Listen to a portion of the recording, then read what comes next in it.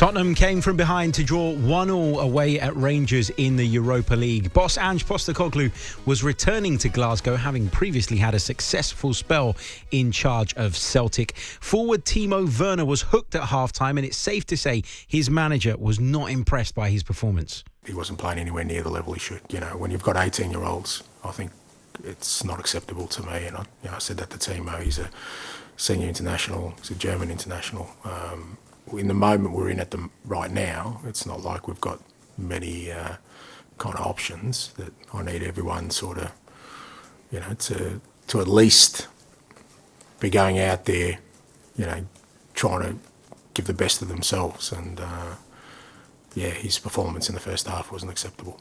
Like I said, we just need everybody, including him, to be contributing, because we don't have the depth to sort of leave people out if they perform poorly. We need them to play their part. And like I said, especially the senior guys, when I'm asking younger guys to do massive jobs, I expect the level of performance from some of the senior guys, and today wasn't that. Postecoglou was asked about Werner again this morning, and he says he has no regrets about his comments post-match.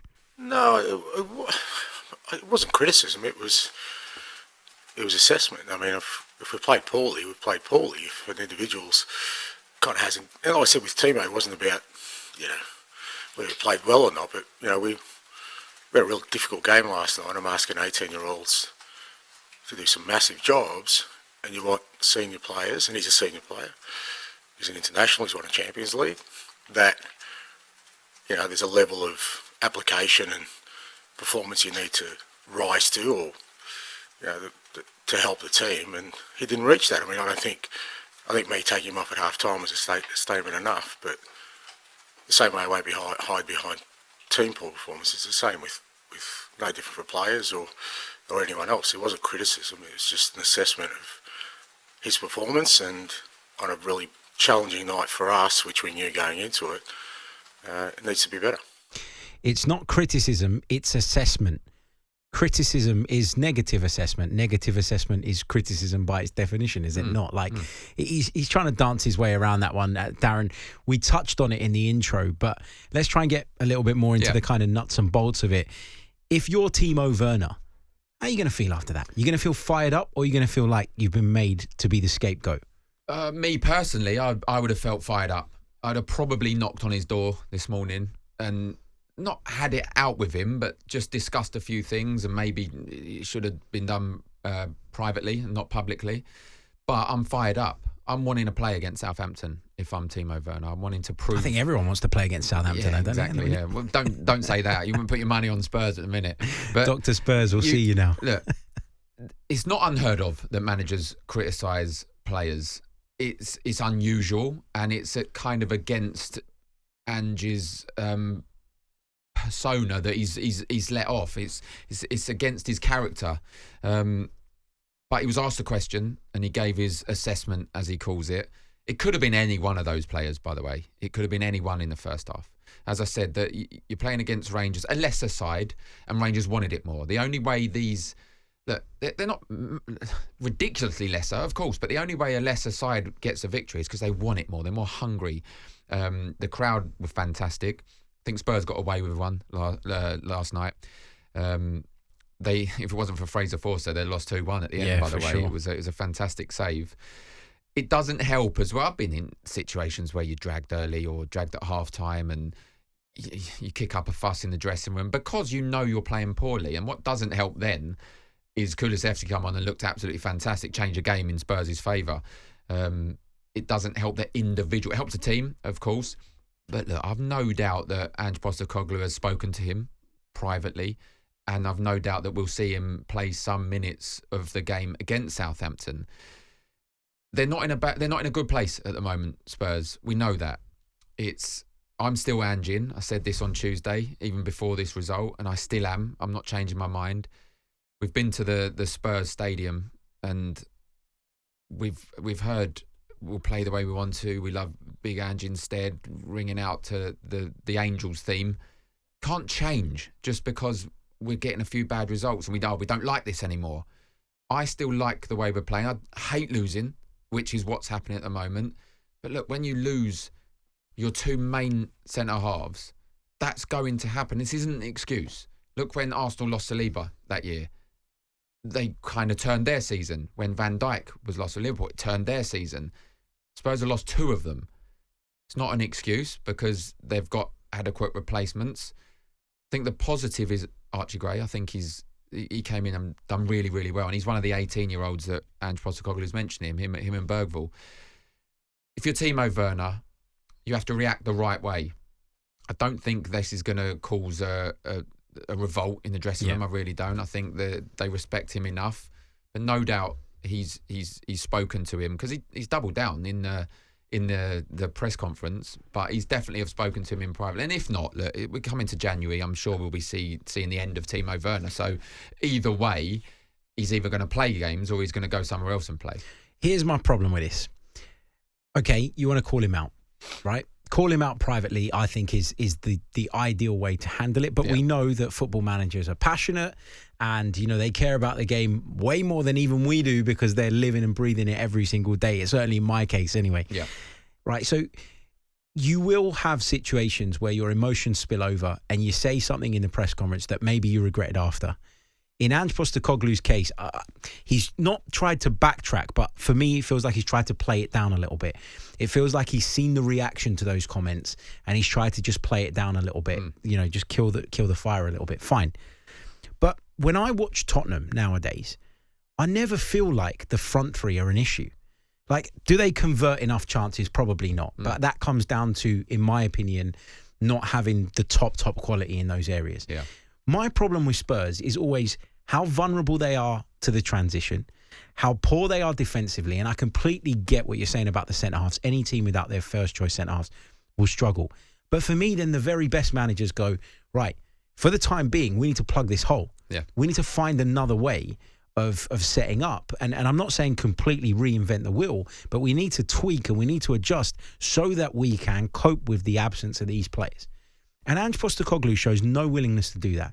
He talks about, whenever he gets asked about set pieces, he's very dismissive of it. And I remember him once saying something along the lines of, and I'm paraphrasing here, but something along the lines of, I don't focus on set pieces. Well, your team concede goals from them pretty much weekly. Yeah. So you should be. So this is where I don't think Ange Postecoglou is helping himself. And I'm interested to get your thoughts on the season so far for Spurs, because they started last season really well. Then there was a levelling out. I think people expected that. People wanted them to kick on this season, and it hasn't really happened. No, it hasn't. For various reasons. The inconsistency of Spurs is very frustrating. And I mentioned this on Tuesday, that his stubbornness and in-game management is getting frustrating as a Spurs supporter. And looking at reactions to certain clips and certain things that on social media, it's very mixed now in terms of Ange in and Ange out.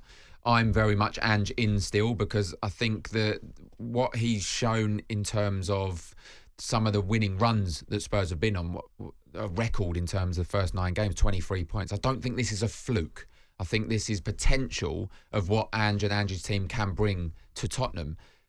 I agree with you, his in-game management, his stubbornness in terms of set pieces, because, we concede an awful amount of set pieces, and that needs to change. Time will tell in the next, until the end of the season, whether he can adapt, because, as you said, now is the time you do adapt. Yeah. You've lost both your centre halves, don't know for how long. You've got to try and adapt to what's going on to this situation. You can't be playing high lines anymore because you haven't got the pace of Van der Ven.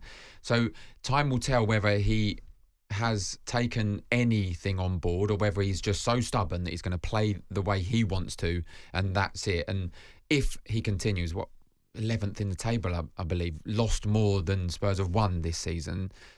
For a team that is essentially competing for the European slots, or should be year in, year out, that's just not good enough. Yeah.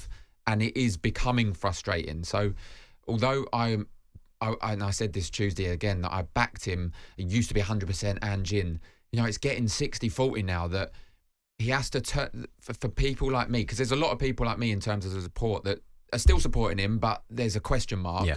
He needs to turn us more in his favour, and the ones that are against him needs to turn them back to his favour, because once you lose the crowd and the dressing room, if you're calling out players, you start to lose a dressing room, that's the start of the end, to be honest. And hopefully it isn't the case. Yeah, and I realise that as an Arsenal man, I sound like I'm just waiting for every opportunity to stick the boot in on Ange Postecoglou. You're a professional. You're a professional. I try to be. But I do think that the problems at Spurs, in terms of why they have the ceiling that they do, they go way above Ange Postecoglou. And I know Christian Romero got criticised, didn't he, for some comments he made. I thought he was absolutely bang on. Yeah. While Daniel Levy is in charge of that football club, there is a ceiling. Now, I don't think that right now Ange Postecoglou is hitting that ceiling. I think the ceiling is breaking into the top 4. I think that's the max Spurs can do under this kind of structure. And Antonio Conte achieved that in one of the seasons, etc., etc. And Pochettino did it a few times, which was great.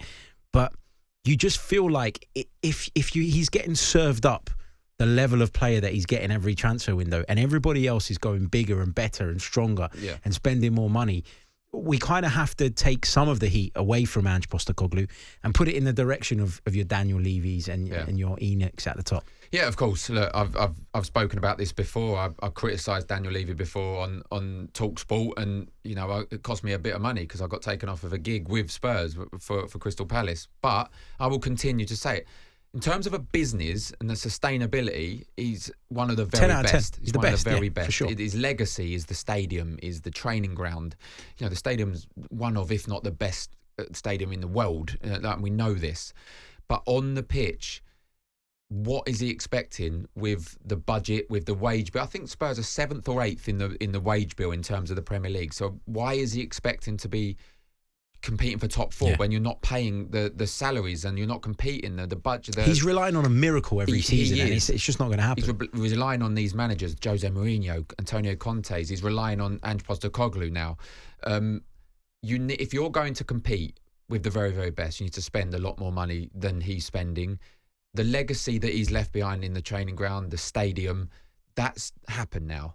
To have one trophy in the cabinet after 20 years is not good enough for a club with this stature, and everyone belittles Spurs because of the big stadium and the training ground, but zero thing in the trophy cabinet. And it's embarrassing as a Spurs supporter. Now's the time, right? Let's focus on the pitch. Let's put our wage bill in the top 4, and then if you're not competing for the top 4, you change manager. Yeah. But you can't keep doing that all the time when you're not competing for the top 4. When we don't know who picked the players. We don't know. Timo Werner, I think 14 million maybe. We don't know who's picking that player. But you can't keep expecting to compete when you haven't got the players to compete. Yeah, absolutely. Completely agree. Interesting discussion. Fascinating conversation around Tottenham and the issues there at the minute. You are listening to the talkSPORT 2 social. But that's a prime example, right? And he still might. He still might. He still might. But he also might get knocked out of the cup by Tamworth. It could happen. Christmas, you Tottenham lemon. Honestly, if they win something this year, and it's a massive if the way they're playing, that's going to be my ringtone, my message tone. Every time I come in, I'm going to play it.